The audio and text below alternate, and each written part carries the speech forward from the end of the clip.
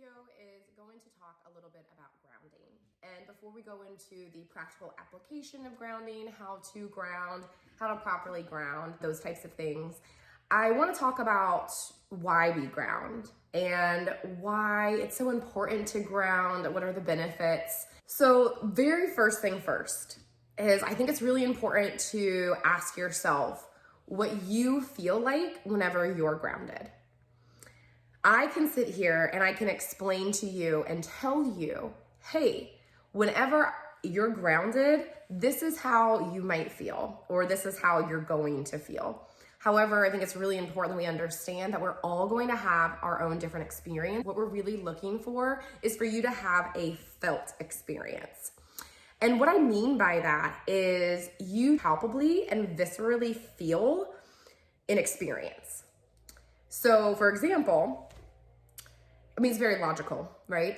But if you know what it's like to be grounded, then you're also going to be able to determine what it feels like whenever you are not grounded. So I want to start to open up that conversation with yourself and this idea in that by knowing what it feels like to be grounded within your body creates this legend, thinking about maybe like a map or something like that. It's something that you can come back to. So that way you know, yes, the last time that I felt grounded, this is how I felt. This was really important for me to determine whether or not I was grounded or not. Grounding was really, really challenging for me. I didn't come into my spiritual path and my spiritual journey starting off with energetic hygiene. I started off on the spiritual path because I was enmeshed in meditation practices, and there was something about shamanism that made me feel like I was at home for the first time. And not knowing it at the time that I had natural gifts and abilities. And whenever I started to do some of these meditation practices or even start to dive into what they call a shamanic journey, realizing that I had some natural capacities in order to do so, which is great, and it was beautiful and fantastic, but I didn't have the proper tools for my energetic body to manage all of those experiences or even the energies that I was interacting with. And I came into grounding actually from a place of a traumatic experience. I had a near-death experience and a spiritual awakening, and I did not have any tools spiritually or energetically at all. And I was very lost. And because of that, I ended up in a mental hospital, and I spent about a week in a psychiatric unit, really balancing my nervous system, allowing myself to come back into equilibrium. And so the topic of energetic hygiene and grounding and discernment, they're all really, really important to me personally, because that is how I really started on this path. And it wasn't until I started to really focus on grounding is whenever things really started to change for me, and where I also started to feel safe within my spiritual practices. Grounding became really important whenever I came to my teacher, Mary Shutan, and immediately the very first thing that she said was, you need to ground. She was like, I want you to stop focusing on all of these different spiritual practices and paths, and really set the intention for, a large chunk of time to just focus on grounding. And at the time, I was kind of enmeshed in my own spiritual practice. It was kind of a mishmash of shamanism and some chakra work and all of that kind of stuff. And this was definitely pre me having the proper education and the proper training that I really needed. But anyway, so I started off really on my spiritual path about 6 years ago, focusing on grounding. And that's really what I did for about 6 months. I set the intention to ground every single day and to work with grounding. And here's where grounding gets really interesting. And this is kind of where I talked about earlier about properly grounding, is because a lot of people, what I hear, or like whenever I work with clients, they'll come to me and I can just kind of tell that some grounding practices would be very helpful. And so I start talking about how helpful grounding can be to their energetic body. And then I begin to ask, is there any sort of grounding practice that you do? And a lot of what I hear is, yes, I go to a tree, I hug it, and I ground myself through the tree. And this is where I'm going to encourage you to think about grounding as a verb, something that you are intentionally doing. And instead of going to a tree with the intention or with the hopes that this tree is going to ground you, and that moment, we are kind of utilizing the tree as a tool for us to ground our energetic body. Oftentimes, my clients or others that I have worked with as far as mentoring and grounding, just energetic hygiene overall, is this idea of grounding through visualization. This is where I'd like to offer you a different perspective when it comes to grounding and a grounding meditation and grounding practices.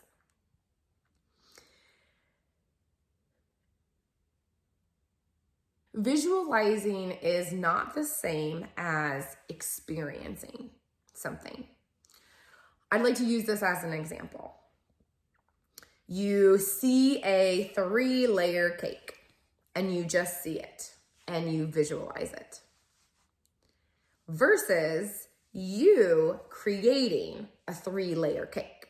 You had to go through the experience of making the cake batter, putting it in the oven, doing all of that stuff in order to have a cake. So we have these two experiences, right? One, we're looking at a cake.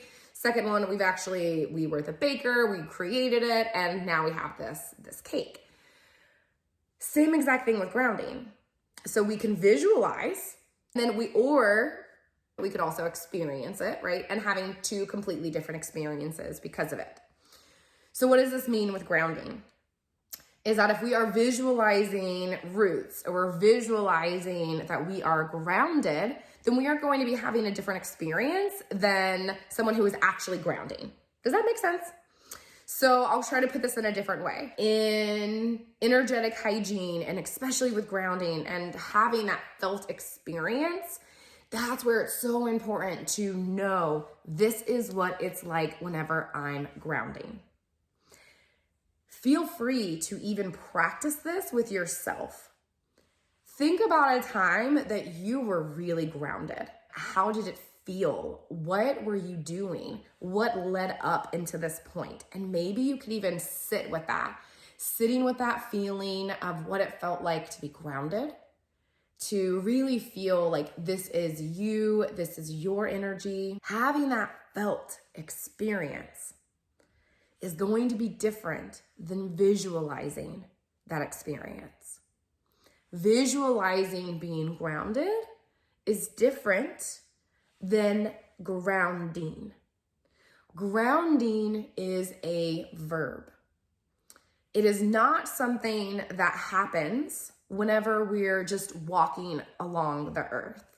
There are really great tools that can help our energetic body to become more grounded, such as walking barefoot, such as walking along the beach, sitting by a tree. All of those are great tools to start to have that sort of experience. However, if we're talking about the fact that we have an energetic body, we're actually needing to work with that energetic body in order to ground. If we are only working with visualization, then we're only working with the mind, and that's a mental body. So in order for us to actually get that groundedness, we have to actually ground. And that's a really important distinction that needs to be made, because we're really going to be selling ourselves short of these experiences by maybe you are really needing to ground. Your system is overwhelmed. Grounding is probably going to be the best tool that you go to at any point.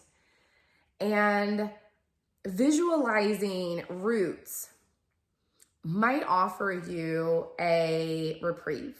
And that's fantastic. That might be what you need in that moment.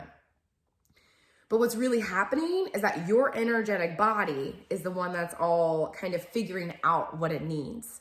And so by actually grounding, we are telling our energetic body, hey, this is what I need you to do, instead of all of this other stuff.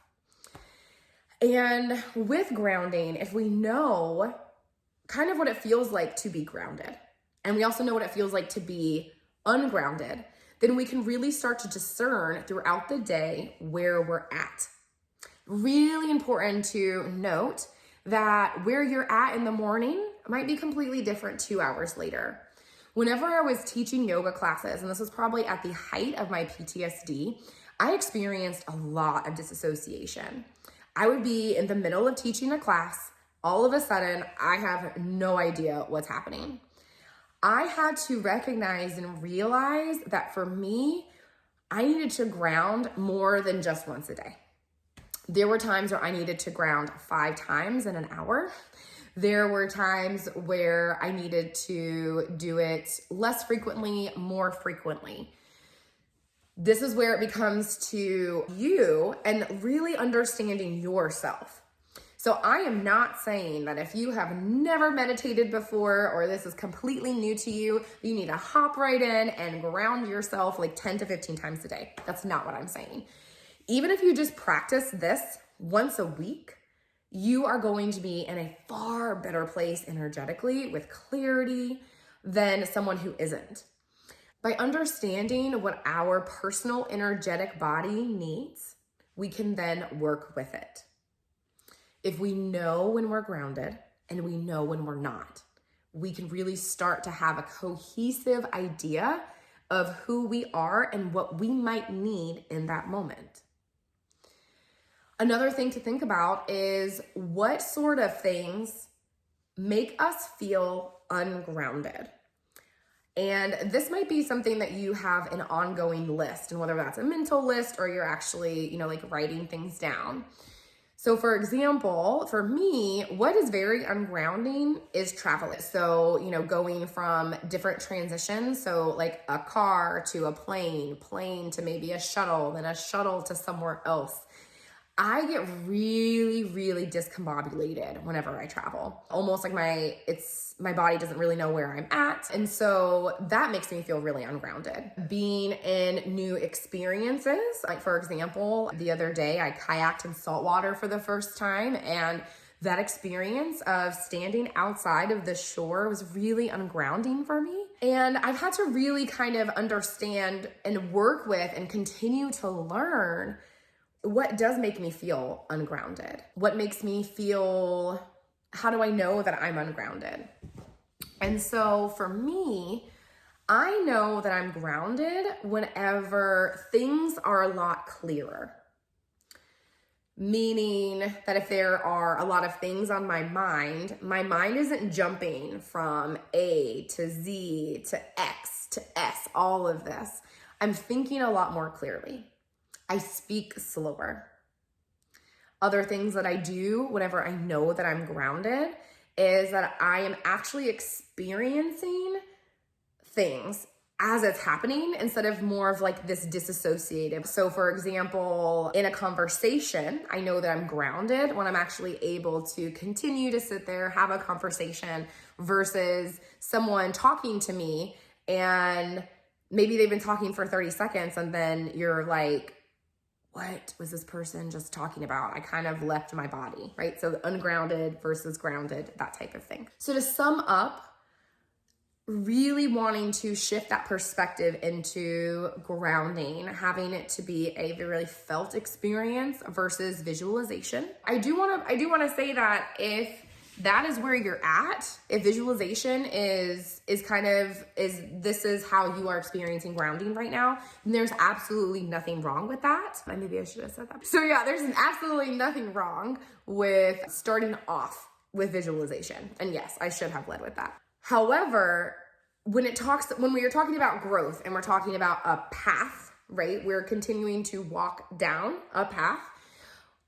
The goal is that eventually that visualization, that everything that's going on in our mental body really starts to get translated into our energetic body and then our physical body. So actually experiencing that. And so, yes, so just want to really reiterate that it is totally fine if visualization is where you're at. And then we can kind of use that as a goal, right? Like use that as a stepping point. And just to clarify, visualization, grounding is where I was at for years. So yes, totally fine for us to need that visualization to really kind of maybe later on create more of that embodied feeling.